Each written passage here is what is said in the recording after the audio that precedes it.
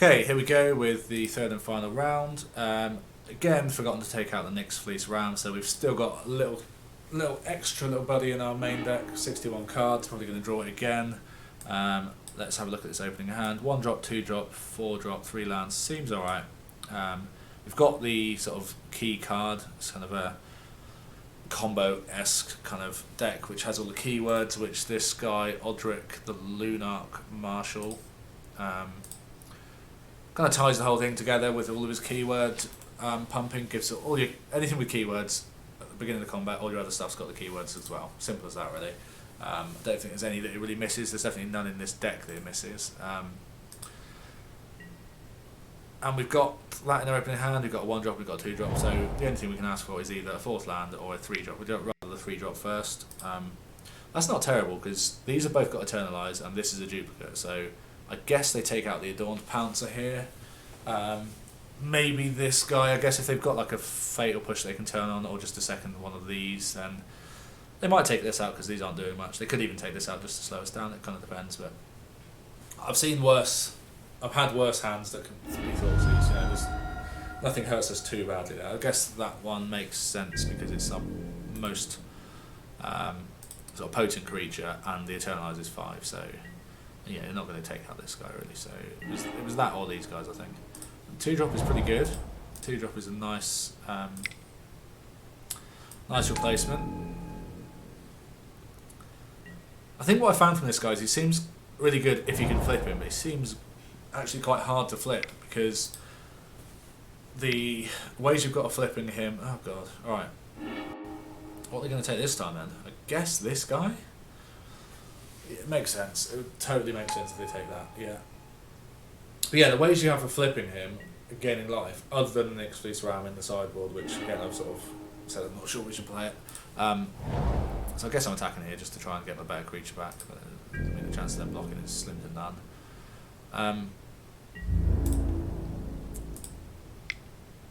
But yeah, gaining life outside of attacking, chump attacking with creatures just to flip so another creature becomes better is a little bit less than optimal, I think. Sometimes we're fine if we're given first strike and stuff as well, but what's the opponent playing anyway? I haven't really paid attention. They're playing mono, take your best cards at the moment. Might be some weird like Orzhov control deck, could be I'm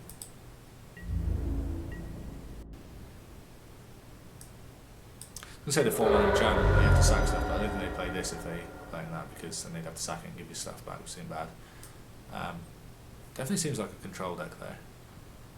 Orzhov control there. Have they already seen this?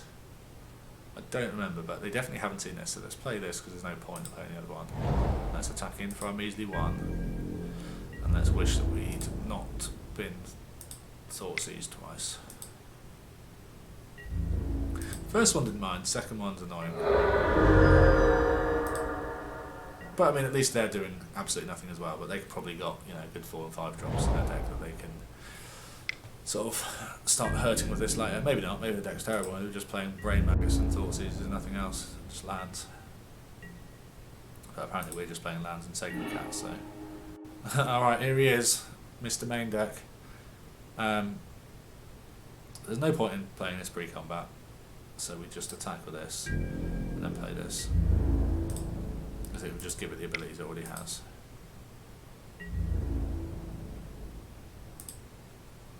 I'm assuming they've got Awakening. They've probably got a Swift End waiting for it, but we've got a second one, which they know about again, so all these cards want white. We want white of everything, please.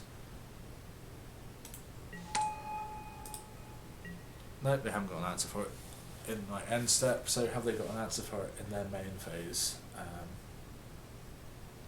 Could just have like a Chaos Wrath or something, which would be fine because we get our creature back. Or they could just have nothing. Maybe they just drew really badly there, or maybe they're just going to scoop and sideboarding here and we'll have to go for a proper game.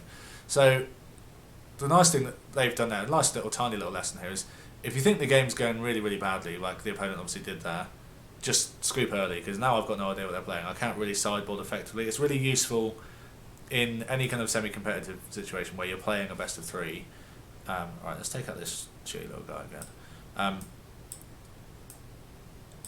If you just, like, if you played your deck enough, you'll know when you're dead. You'll know when you've got no chance of carrying on. There's some games where you think, oh, it's really slim, I've got like a 5% chance, carry on. But sometimes if you just think, this game's gone. I'm going to bring some Gideons in because they don't die to Fatal Push kind of effects.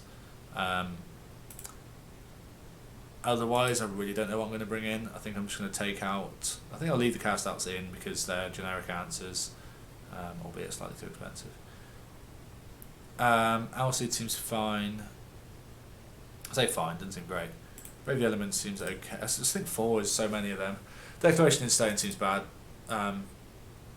We saw one creature from them, which is Brain Maggot. I don't think they're playing a creature deck, so we could just take both of our declarations out, or all 4 of them out. Kind of like that, just play more Gideons. That could just be a really sticky threat. It's hard for them to answer. But then we are out of removal entirely, so that's slightly risky.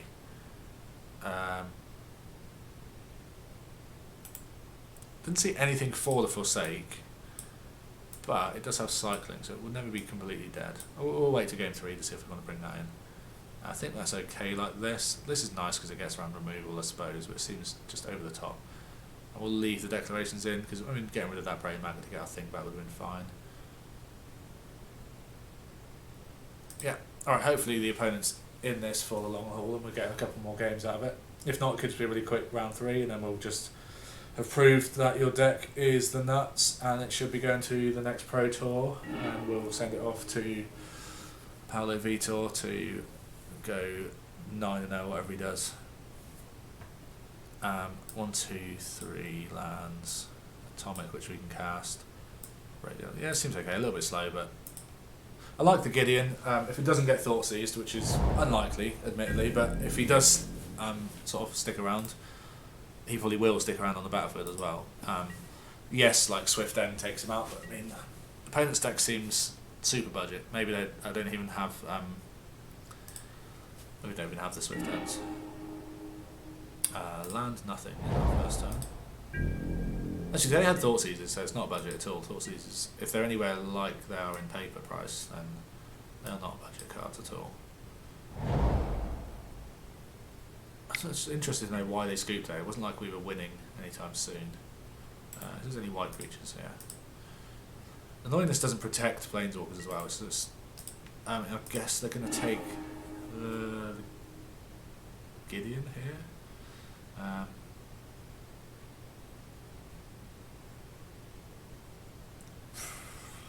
Yeah, it depends what they've got in their hand if they can deal with the Gideon another way. I think it's the one that I don't want to lose anyway. Usually the way I look at it is I think where basically the correct choice is when I pass my hand over to the opponent, I think, oh, I don't want to get rid of they don't want them to take that one.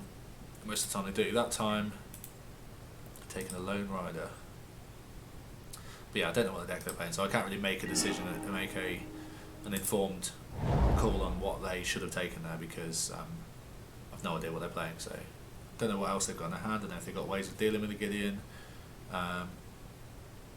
So I think a 2/3 is just better than a 1/1 with minor upside. First strike, but it's just 2 damage. It's also like first strike, still kills the 1/1. Oh, okay, maybe that's why they scooped game 1. That could explain it. They're playing a completely different colour than we realised. And they probably had a handful of blue cards and they were pissed off and they drew yet another non-blue land. So, Champion of Wits makes me think God Factory's Gift. The other kind of hand disruption makes me think that would also kind of work. That doesn't inform me at all. I don't really want to kill this Champion of Wits, that's the problem. So I guess I can fly over the top of it.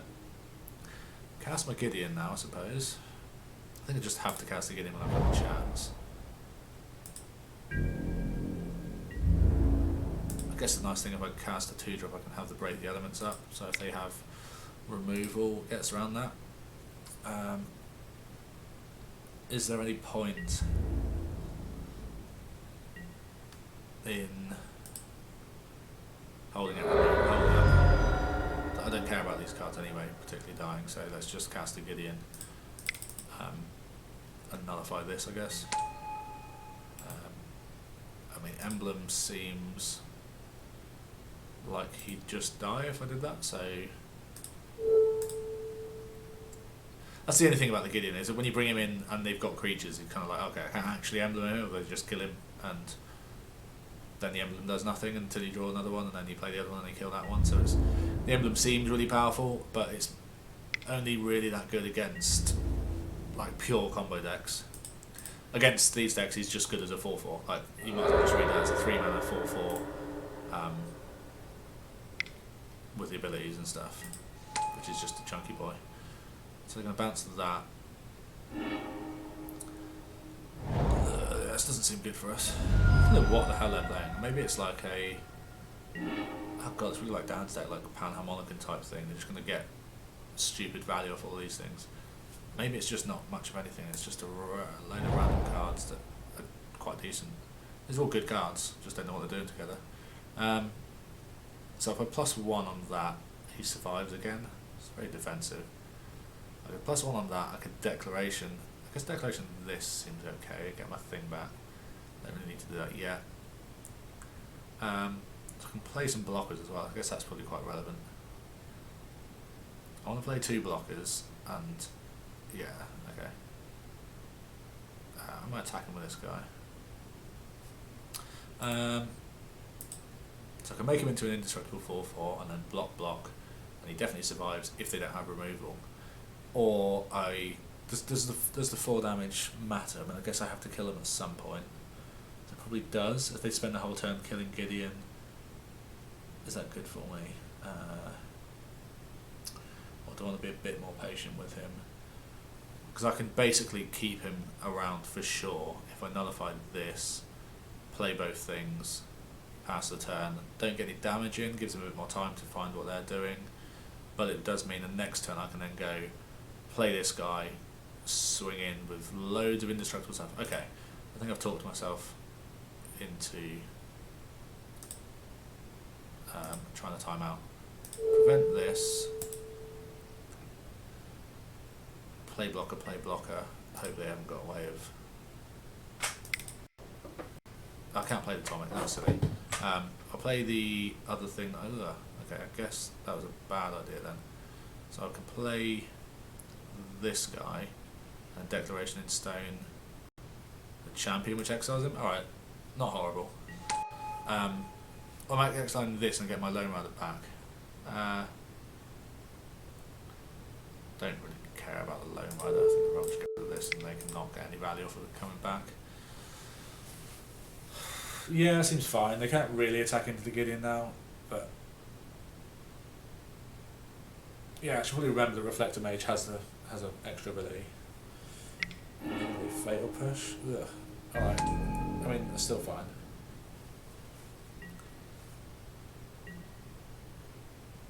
I did a good job of keeping the board clear though, because I guess they chip away here. Every time they knock that down, it means I can't attack with it really the next turn, but maybe if I'm just really patient, we can get a turn where we have this and another creature. We can play this guy now. Okay, Thoughtseize taken out. Got to be the Odric this time. Maybe I should have just slammed him last time, and I could. But then they would have just fatal pushed him. No, they wouldn't have been able to. Yeah, I kind of regret not playing him last turn now. But then they would have still had... I don't know. It's kind of difficult to play around stuff when you don't really know what the opponent's doing.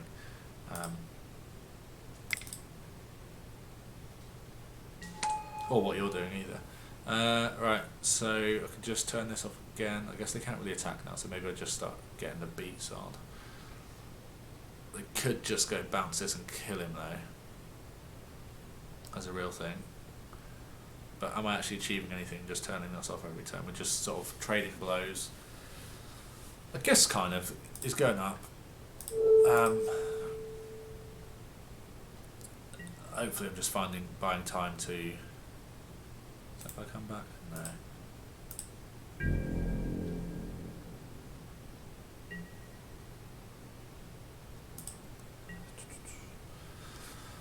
guess I could have attacked them, because if they'd tried to go with the Atomic, I could have just Brave the Elemented it. So, and I would have used this card, used my mana a bit better, and actually sort of blown them out. I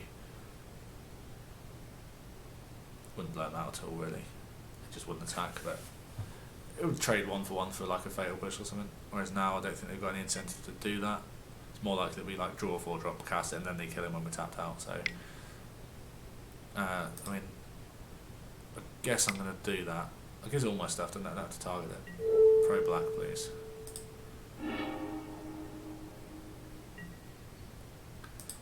So yeah, I think it would have been better to attack, because it would have...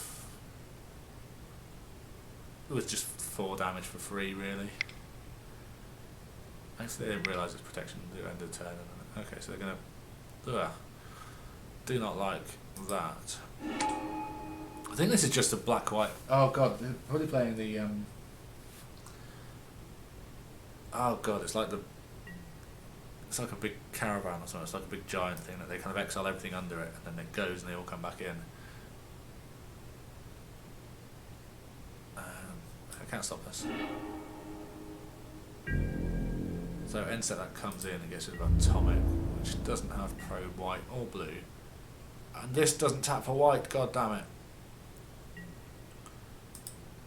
Alright, Westphal Abbey's back in my bad books. Terrible card. Doesn't do anything. Yikes.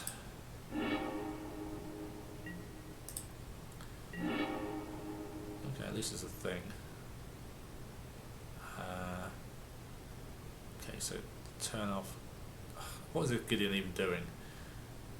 If I attack with it, they attack back and kill it. But is it doing anything? Let's just attack with it. It's just doing nothing, is it? It may as well attack, get some damage in before it dies. And it kind of makes their turn about killing it instead of about developing anything else somehow. I'm trying to talk myself into saying this is a good idea.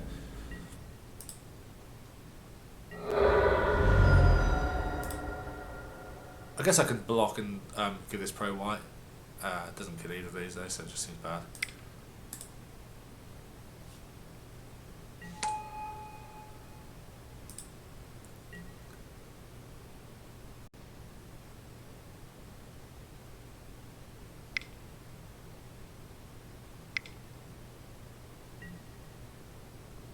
Okay, so I'm going to give it pro white. It's the correct colour in this situation.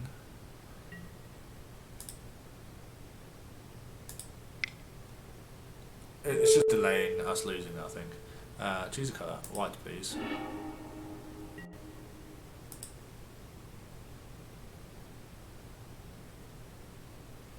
Ha. Removed your ability from the stack. Now I also can block.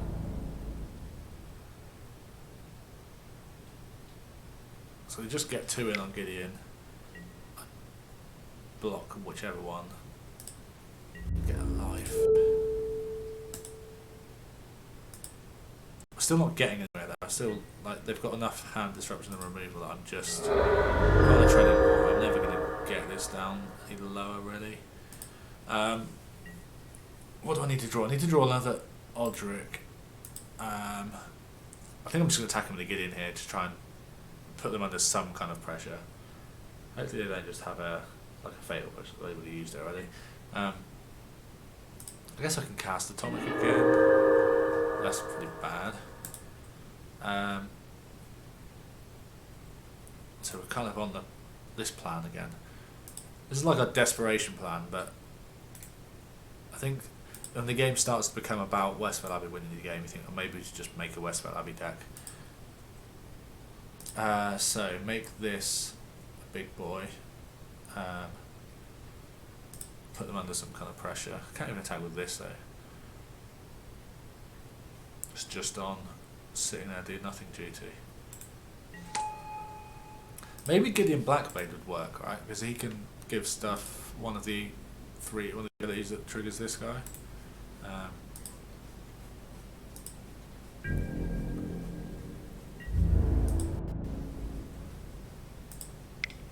And it would help this guy flip better. And he's removal as well, so he kind of does your cast out stuff.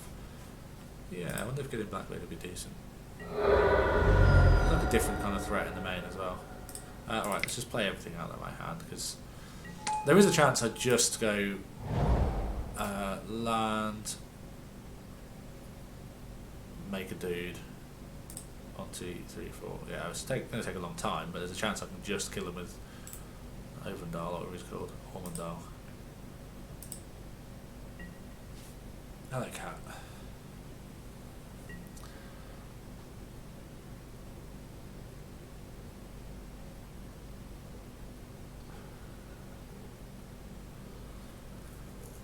I wonder what the opponent's kind of actual. I mean, maybe they just do we bore you into bouncing everything back to your hand and Charming Prince again alive and stuff. That they don't need a kind of actual win con. They just generate value for the rest of the game. But it would be interesting to see if they've got some kind of cool. Sorry, Gideon's down. I guess I might as well just kill the Charming Prince though. Why have they? Yeah, I guess I can see why they've attacked. They've sacrificed the Charming Prince.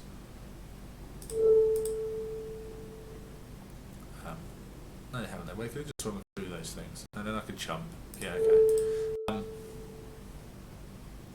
Yeah, that's the only one we can eat.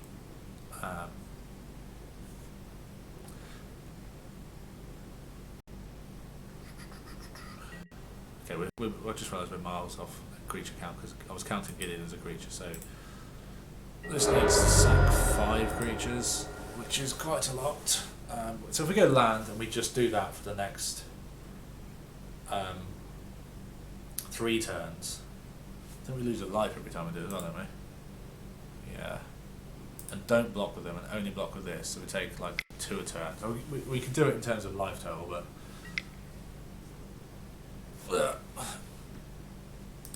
I can also just block it now, so that's bought them an extra turn at least. So this plan seems very far-fetched, but at the same time I still don't see it's my best plan. Is keep as many creatures alive as possible. There's the land, okay, part 1 complete. So we go end step creature, end step creature, end step creature, untap, attack, they block, untap, attack, they lose. Assuming they just draw land for the rest of the game, and that would be 1, 2, 3, 4, 5 turns in which we take, like say 4 a turn, go down to 1. Excellent, yeah, easy. I guess we go down to 1, go up to 10, go up to 19. I also guess they probably just don't let that happen. They just kind of screw us up a little bit. Okay, there's an extra turn they bought themselves again. This thing doesn't. Oh, it does have trample, I suppose, doesn't it? Better have trample. Doesn't have trample. Well, that is shit. Doesn't even have trample. Dude, not even trample. I guess fine. It's kind of good enough, I suppose. Doesn't even trample. Alright, I wonder if opponent sees the line here, sees our inevitable win.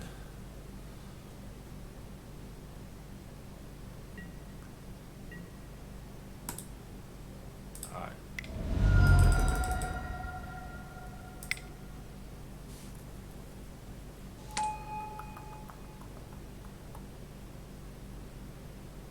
So I don't even want to draw anything now. Drawing a creature is the same as me just pumping out a little 1/1. I guess I could draw a better one which can actually block and stuff, so I guess, like, I mean, that's just nothing. Is there even any point in playing that? No. Just pretend I've got something. Because it isn't anything, so there's no point in putting it down. If I put it down, there's no singular card in my deck that I can draw, which would need that extra mana. So like,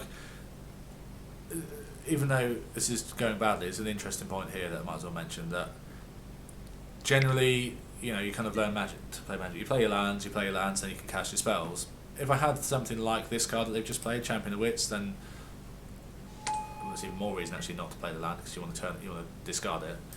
But if you played, I don't know, Opt or something, you might want to play your land, so then you can opt into a spell, which then you cast, and then it draws you a card as well. And then you want to, if you know that there's a potential for chaining together 2 or 3 spells in a turn off the top of your deck, then you probably want to play your lands out because you don't want to have a turn. Say like in the Phoenix deck, especially, you know, obviously you play a land every turn now because you go opt into and it gets them with things like this as well. Because I mean, they just wouldn't have cast that had I pillared the land. So yeah, another reason. Perfect little example here of why you keep lands in hand. But yeah, there isn't a single card in our deck that's more than 4 mana for a start. So there's no point in playing this because it's not like we can draw a 7-drop. 1, 2, 3, 4, 5, 6, 7. This is enough mana to activate this anyway. It made them think we might have something, so they played a Brain Maggots and wasted their time there. We're going to do this anyway. They're still not I don't know why they're not attacking. Like, I don't think this is going to work, but I mean, why not go attack, attack there? So this time they've seen this land already, they haven't seen this one. So another little lesson here. It's good to play the one they already know about. You should play lands that are all matching, but there, obviously that's a different one. So, I mean, maybe they just haven't got any way of stopping us, but like the way of stopping us would be attack with all your creatures every turn, because we can only block one of them if we're on this plan. So like we'd be down to single digits by now. We'd have taken like 4 last turn, the turn before, then 6. So we'd be down to 9, I think. Maybe even, and they're pretty sure they want to attack with this as well because they want it in the graveyard because it's 1, 2, 3, 4, 5, 6, 7 mana to bring back, I think. And this is really good when you bring it back. You draw 4, discard 2. So I had one of these in hand. That's exactly the reason why I want to play land every turn. So at this point, I don't think I'm even blocking because they might have something like a -1 effect or something, and it's the 4 life is irrelevant. I'll go to 15. I'll pump this out. I sack them all, make a 9/7 indestructible flying thing. And in fact, if they just they've also thrown away their chance of blocking it, so they can go to 3 if they can not deal with any of my stuff. Now, I'm not risking whatever janky card they might have that gives this -1 or something. Well, go to 15, you know, who cares? Go to 15 and go to 17 is absolutely irrelevant. I mean, it's not if there's 2 or 3 turns worth of combat that's relevant. Like in a game of Limited, I'll probably just block there. Or in fact, there's, saying that, even less likely to block in Limited, I suppose, because they're more likely to have a combat trick. But in terms of life totals anyway, if I think the game's going to be about life totals and stuff, but I think if I'm doing my maths right, I go to 24 with this thing. 2, 3, 4, 5, 6, 7, 8, 9, 10, 11, 12, 13, 14. They put me to 10 and they die, so that's not going to win. Maybe they just haven't realised what we're doing, or maybe they've only realised too late, but then at that point, like a fatal push screws us over completely. But yeah, they would have put us so low and we would have had to be paying life. I just got to think, maybe they just haven't realised what we're trying to do, because it's so desperate. That's quite good. That's white creatures. This thing's black, right? Don't even think it has a colour. I assume it must be black. Alright, let's do it.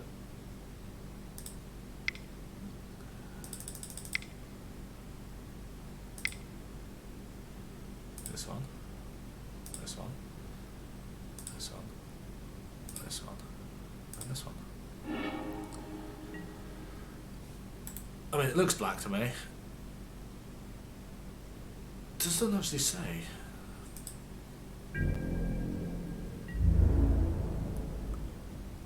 mean, it's definitely not white, so they can have a chump block. I can maybe just take it and go to 6. I'll go to 23, which is still going down. So again, no real point in playing this land. Haven't even got the land to pump and manage it now. 1, 2, 3, 4, 5, 6. No, let's just keep it. It's just there's no real value in it. Like sometimes you might hold a land for a couple of turns and then you 3 or 4 turns later you play one and then you draw something good and then you're like, oh god, I wish I played that land. But generally, have a think about it. Just try and think of what your deck's doing, what cards you could draw, and is it worth having 6 land or 7 land, or is it just slightly percentage points? Like say that Brain Maggot they cast earlier, it's just a waste of time.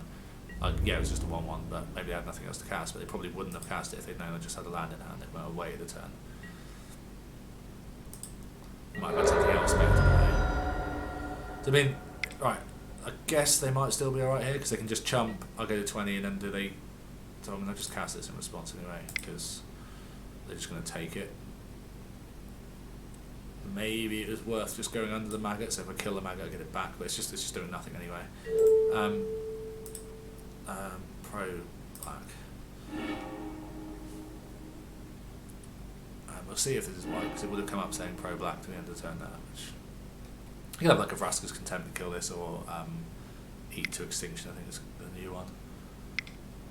But it's irrelevant because it's not white anyway. That is the mana for it. No. Obstinate. So I think they're probably going to have enough to do 18 back to us anyway, because this is 5, 6, 7, 8, 9, 10, 11, 12, 13, 14, 15, 16, 17, 18, 19, 20. That is a blocker though. What does the opposite of that do? It comes in and drains. So they have to block. So it gets rid of 2 damage already. Puts me to 18. I play this guy. Yeah, let's go for an attack. We're not winning if we don't attack, so... Maybe they just forget to block as well. So when they block here, that's a life swing of 4, well, of 2 there, plus I gain the life. I don't think I can get out of this because this is going to be pretty good.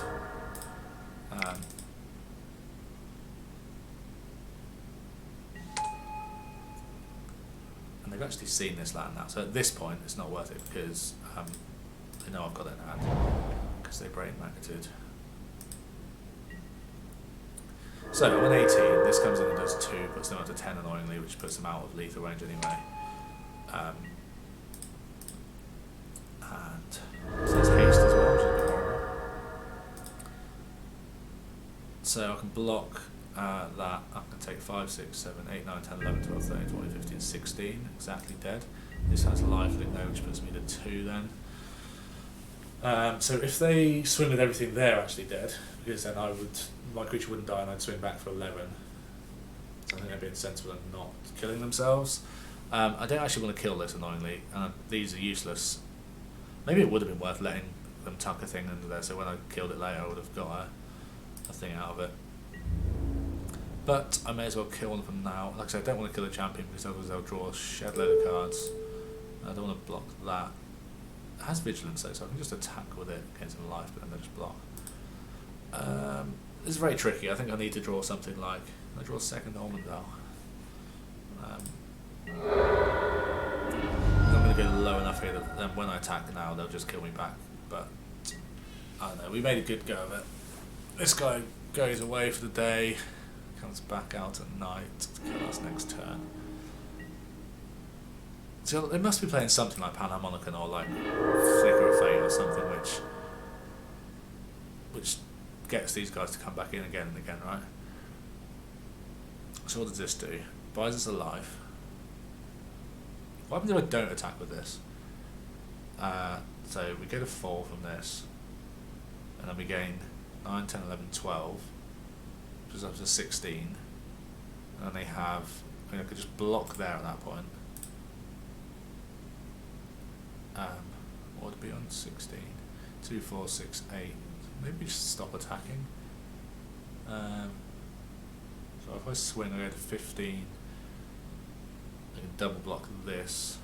I can't kill any of them, so I can only swing with that. I go to 15. I go to 13 from that. I can't block that. Well, I can block here with the chump thing. So I gain 1 up to 14. And then I take 2. I block here. 2, 4, 5, 6, 7, 8, 9, 10. So I'm not actually dead. I'm wasting time though. I'm not actually dead, so I think every time I attack, I get rid of a blocker.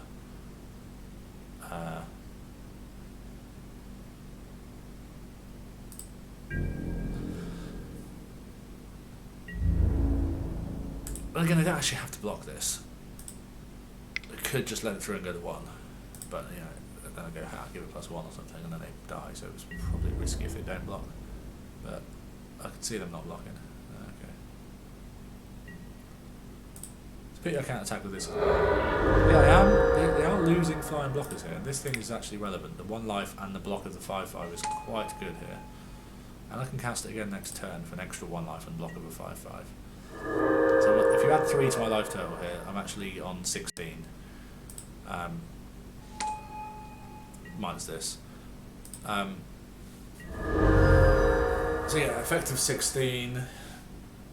I chump the 5/5 because I'm just going to bring that back as another life linker as well. They lose a flying blocker. I think they've managed to sort of back themselves into a difficult situation here. I have to sort of re-watch a few attack phases and stuff, but like we shouldn't have a chance of this, I don't think. So I think I'll just do the same blocks. I'm still not blocking this because it gives them cards. And I'm blocking the biggest thing there. So I'm only taking 4, down to 9, gain 3, to 12. This is irrelevant. They have to block here. I think I'm actually winning this at the moment. They have more cards in hand than me. They don't have any champion or anything. What they got in hand, the last 2 cards, seem to be nothing. That's good, it's just a blocker. So I'll do this, because they know about that anyway, so it doesn't really matter if I do it pre or post combat. 7 minutes. So this time I can actually swing with this as well, which they've allowed me to do, because I can just get 2 life, nothing else happens there.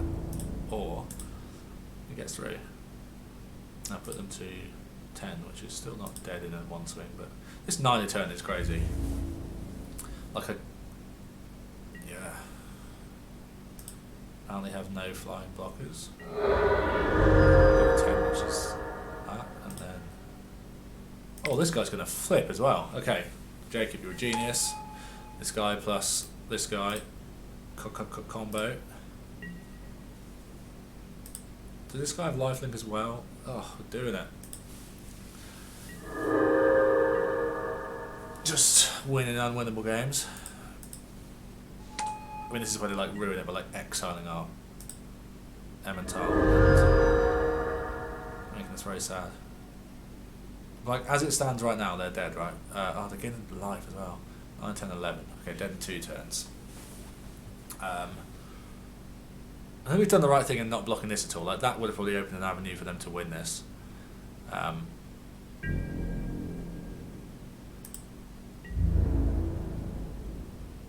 Yeah, I'm not blocking him, mate. I'm still not blocking this guy. And so I could just kill this, which I really like the idea of, because it's really annoying. How does this go wrong if I kill it? It doesn't really, does it? I gain life. I kind of want to block something with that, but I don't want to kill this thing, so we're going to not care about that life. So gain a life, kill this stupid obs of that. 9, 10, 11, I'm short of lethal. I'm still doing it because that seems correct, but that's the question. First strike, lifelink. Doesn't have vigilance. Yeah. I mean, they can kill, they can like fatal push one of these and then sort of screw us up a bit. But they could fatal push it anyway. Well, like, if they're going to fatal push, they'll do it pre-combat. What have they drawn the last 2 or 3 turns? They've played 3 guard mages. Why would they not do that pre-combat anyway? And they could also just wait and I don't know.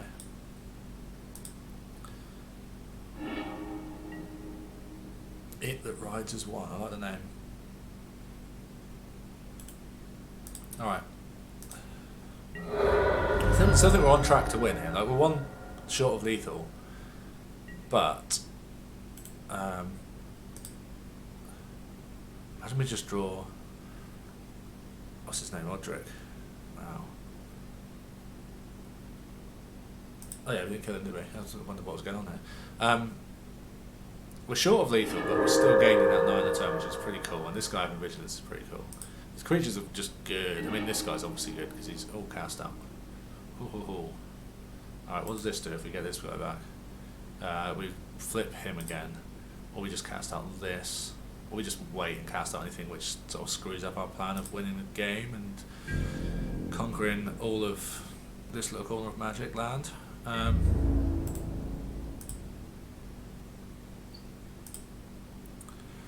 Yeah, I mean they can't block either of these now, so like they go to 1 and they die next turn, so like we don't have to cast out anything. Again, that's quite a useful point. I think like when you're ahead, just make conservative plays. Like we don't need to cast out anything. Like casting out this, oh great, we get a little 1 like back and turns into a 4/4, but that doesn't achieve anything because we're going to win anyway with what's on board. So like what they might do is cast out something of ours and we cast it. Well, I guess it would be to screw it up because we get a land back if it happened to this, but in fact this is a token, right? No, this is flipped permanent. Alright, so he comes back, doesn't matter in terms of that life. We're on 29, how did that happen? I think they seriously did some bad maths earlier on when they should have been attacking. Imagine they'd attacked for like 2 extra turns, because we were taking the damage every turn to flip this. And yes, done it. Easy. Right, so thoughts on the deck in general. It was really good fun. Enjoyed playing it. Thanks very much, Jacob, for sending me the list. 2 of the so what did we do? Round 1 we only played 1 game. We won with Ormondale. This one we beat them. Was it 2-0? Whatever it was, we beat them with Ormondale. One of the other ones we won with some weird win condition. We won with like attacking Gideon or something, or like. Oh, we won against the mono blue Cheerios deck by just boarding in 0/5s and settles. Well, settles weren't relevant, but basically timing them out. So we kind of won 3 times with the deck without doing the actual thing that it's designed to do, which makes me think. Unfortunately, I think this guy is more, as Ben Stark would say, is more fancy than good. Amazing card, does a load of good stuff and looks really good, but just, I don't know. Alright, let's just have a look at the deck while we're talking about this instead of watching my own streaming process. So yeah, he kind of flatters to deceive a little bit. I think he's really good, and I'm kind of loath to say you should take him out because you've built the deck around him. So with him in, I just wonder whether there's just maybe if we're going for the Odric plan, I would just tweak things. So I wouldn't play as many Brave the Elements. So maybe we'll just play 0 of these, and you can board these in, because I think in lots of games they're kind of dead. I mean, we did come up against a lot of artifact creatures there, so that kind of annoyed us a bit. But generally they're kind of coming against removal heavy decks, I guess. I guess they can allow us to attack in against some decks if they've got like all green or all red blockers or something, but how often does that come up? I think we're better off if it was just more threats, if it was just more creatures, even with some other keywords, like if you can get any with, I don't know, like Menace or Indestructible or whatever. The other Gideon might be kind of cool. You can play in main deck, Gideon Blackblade. Forget what he does offhand. Gideon Blackblade. 3 mana, same as the other guy. Maybe I suppose we recorded it didn't work. So he does. So he automatically becomes the 4/4 without having to use a loyalty ability, which is kind of cool. But then the only loyalty ability he has is give one of your things one of the keywords. So yeah, I think he's worth trying. I really think he is. I think I would take out maybe just take out all of the Brave the Elements, or trim down to like 2 maximum. Definitely take out the next Fleece Ram in the main. He shouldn't be there. This is what you're doing. That's ridiculous. Adorn Pounce times 2 seems about right because you don't bring him back too often.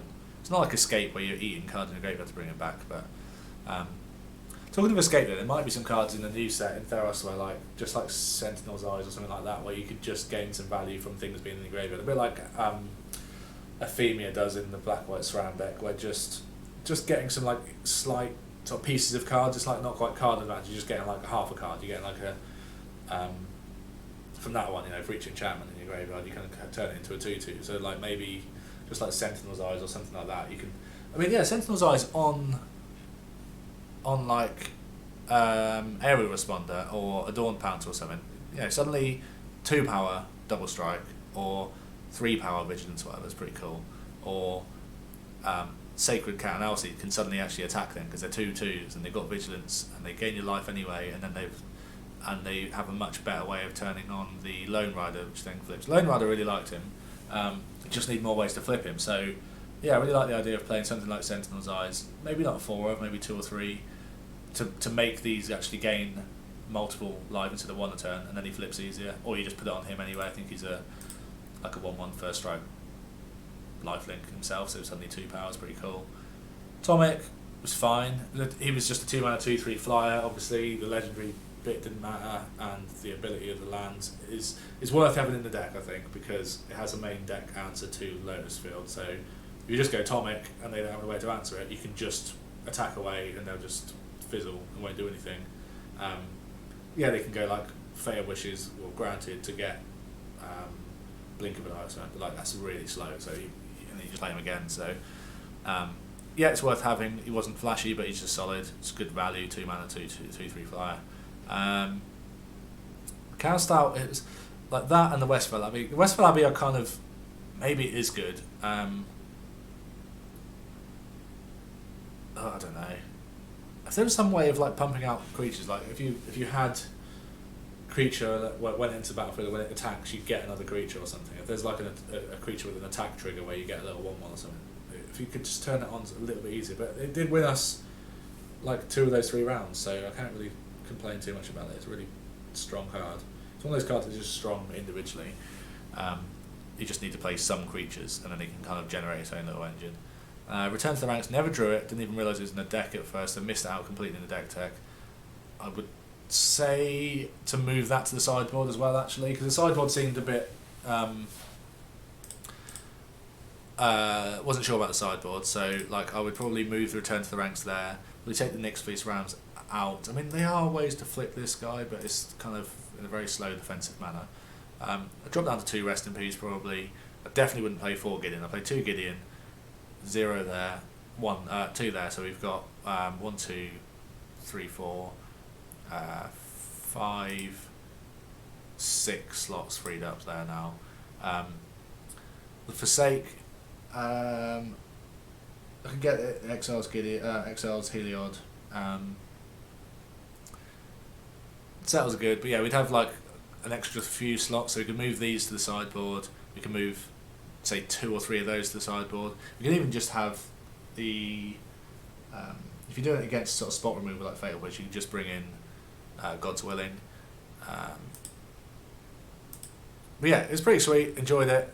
Technically went 3-0 against those decks. Like none of those were tier 1 decks, so a little kind of disclaimer there. You're not going to take this to anything more than like an FNM and do well. To be honest, even if you take it down to like our FNM, people will play tier 1 decks against you and you'll lose, and then the deck will be bad and you'll be sad. And yeah, Alseid, yeah. I think maybe there's better. Have a look and see if there's like First Strikers or things with Vigilance and Lifelink or something. If there's more, I don't know. It seems fine, but don't know. Anyway, I'm going to call that a night. I hope you enjoyed the videos. Get them uploaded, spread them around, pass them on to your friends, and I'll be back doing. I'm going to try and do a draft on Arena, but I think it's going to be too kind of glitchy. But we'll see. Maybe I'll do a draft on Arena next to keep it a little bit fresh. Alright, see you later. Bye.